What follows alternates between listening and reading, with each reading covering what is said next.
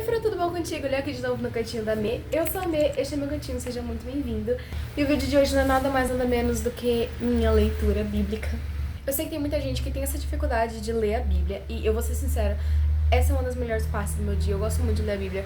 É que eu sou historiadora, eu gosto de livro velho, então assim, já é natural de mim. Mas cada um tem a sua dificuldade, cada um tem o seu desafio pra conseguir manter a sua vida de rotina com a leitura bíblica. Eu não vou dizer que eu também não tenho, eu tenho sim. Mas as dicas que eu vou passar aqui vão servir para que a gente consiga estar lendo e entendendo a Bíblia de uma maneira prática no nosso cotidiano. Se você gosta de vídeos assim, acha que esse vídeo vai ser relevante para você ou para as pessoas que você conhece, fica até o final, deixa o seu like e se inscreve no canal. A primeira coisa que faz com que a gente acorde e desperte para a leitura bíblica é que a Bíblia é essencial para as nossas vidas. Da mesma forma que comer, que beber água, a gente sempre dá um tempo para fazer cada uma dessas coisas. A gente sempre dá um tempo para conseguir nos encher de entretenimento, a gente dá um tempo para nos encher de distrações, porque a gente não consegue dedicar um tempo de qualidade para a leitura bíblica com o Senhor, sabe? Pra gente conseguir ter prioridade na leitura bíblica com Deus, a gente precisa dar prioridade às coisas de Deus e não esperar que o momento chegue para ler a Bíblia. Ou seja, pare para ler a Bíblia. Não leia a Bíblia quando parar. Muitas vezes a gente fica, quando eu terminar isso aqui eu vou ler a Bíblia. Quando eu terminar de assistir essa série eu vou ler a Bíblia. A gente nunca faz. Então, primeiro para, lê a Bíblia e depois dá continuidade com a sua vida. E agora sim, vamos para as dicas práticas durante o seu período de leitura bíblica. Primeira coisa que é básica e essencial, oração antes. A oração vai fazer com que você entenda que tudo que está na Bíblia foi escrito com um propósito. Até porque, aí vem meu lado de historiadora novamente, não era fácil fazer com que livros circulassem, não era fácil produzir material escrito, não era fácil deixar esses registros para gerações futuras. Então tudo que está escrito lá tem algum propósito, tem alguma relevância. É relevante para o cronista deixar tudo aquilo escrito, aqueles 300 milhões de nomes de gente que a gente não sabe nem quem é. Sim, foi relevante para ele e para o povo dele que estava lá deixar aqueles registros escritos para ficar para as próximas gerações.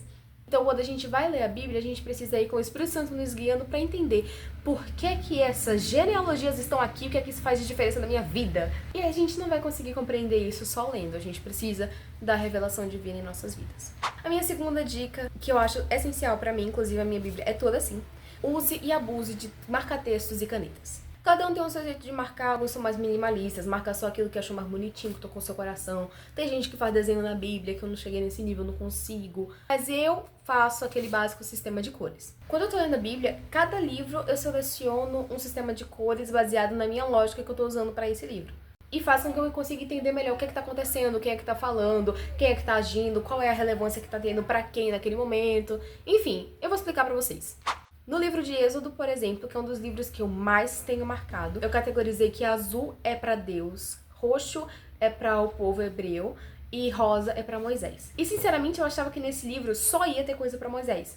Ia ser todo rosa. Porque afinal era Moisés que estava indo de um lado pro outro, Moisés que estava lá, levanta cajado, bate cajado no chão. Era Moisés, né? Mas aí, se você for olhar pelo menos nas primeiras 10 pragas, como é que tá destacada a minha Bíblia, tá tudo azul. O sistema de cores desse jeito funciona muito pra mim, porque eu não preciso ficar procurando muito. Basta eu olhar pra saber que, na verdade, quem é que tá agindo mesmo através das pragas, quem é que tá fazendo a mesma coisa acontecer, é Deus. Moisés está sendo um mero instrumento, Moisés, Arão, estão sendo só pessoas que Deus está usando, porque quem realmente está operando ali é Ele. É uma forma mais visual de compreender a mensagem que o texto já está passando. Além disso, eu tenho o meu queridinho, que é o marcador amarelo neon. Como a minha Bíblia já é muito marcada, eu nunca consigo encontrar alguns versículos que eu esqueço a referência e eu só lembro qual é o livro que ele tá, então é muito difícil encontrar. Aí tem o método do marcador amarelo neon. Eu só uso esse marcador para quando tem livros, versículos que eu gosto muito, mas que eu nunca decoro a referência, porque referência mesmo, eu só sei João 3,16. Só sei isso. Então, por exemplo, Salmo 27:10, que é o meu versículo favorito, um dos, né? Vamos estar falando assim, um dos meus versículos favoritos. Às vezes eu esqueço a referência. Aí eu vou passando, olha lá, marcador amarelo neon. Achei.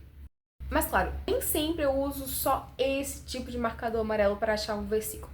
Às vezes é um versículo que é muito bonito, às vezes é um versículo que eu gostei muito.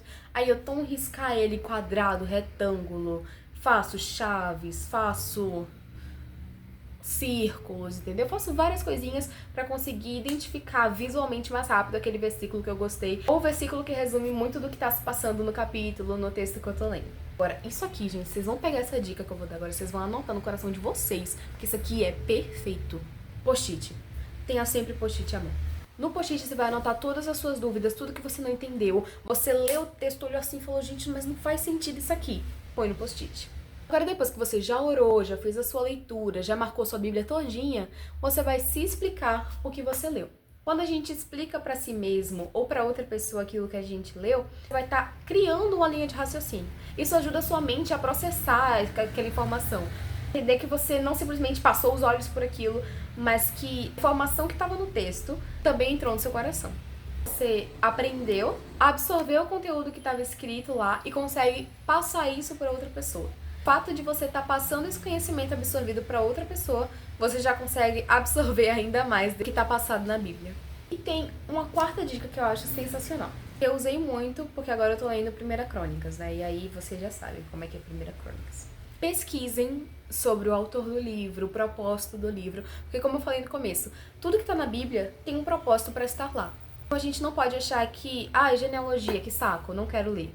Porque tem uma razão para aquele livro ter sido escrito e incluído no cânon bíblico. E essa razão vai estar descrita muitas vezes por estudiosos que falaram sobre o livro, por resumos mesmo que vai ter em algumas bíblias sobre aquele livro, sobre o autor do livro, sobre o período em que ele foi escrito, sobre o contexto geral. Então, quando a gente pega todos esses dados, dá uma olhada e já vai para o texto sabendo que, exemplo de Crônicas, eles precisavam entender a genealogia para saber quem era de fato o povo de Deus e por que eles estavam voltando para aquela terra, para eles saberem que Deus não estava contra eles, que eles realmente eram daquele povo. Quando você vai estar estudando o contexto, pouco a pouco as coisas vão ficando cada vez mais claras, mais nítidas, e você vai entender porque muitas vezes alguns termos foram usados, porque algumas situações foram faladas e outras não. E isso tudo vai ser absorvido quanto mais você estuda, quanto mais você lê a Bíblia. Mas a gente começa pelo básico, a gente começa com feijão com arroz. E dia após dia, a gente vai amadurecendo, passando a comer alimento sólido, nos fortalecendo na palavra de Deus. Nos fortalecendo para que, de fato, não sejamos apenas ouvintes, mas que possamos compreender essa palavra e praticá-la. Eu sei que não é fácil, ler a Bíblia não é fácil, gente. Mas dia após dia vai se construindo um hábito, quando a gente reconhece que nós precisamos ler a Bíblia. O que mais importa é nos cercarmos de pessoas que também querem conhecer mais a Cristo. Nos cercarmos de pessoas que também querem aprender mais. E juntos irmos construindo esse conhecimento, buscando conhecer mais sobre ele. E assim, a gente vai realmente se parecer mais com aquele que nos salvou. Portanto, pare para ler a Bíblia e não leia a Bíblia quando parar. Eu acho que é isso. Bom, gente, é isso. Espero que vocês tenham gostado desse vídeo. Não esqueça de deixar seu like, se inscrever no canal, compartilhar esse vídeo com as pessoas que você ama. Muito obrigada por tudo e tchau!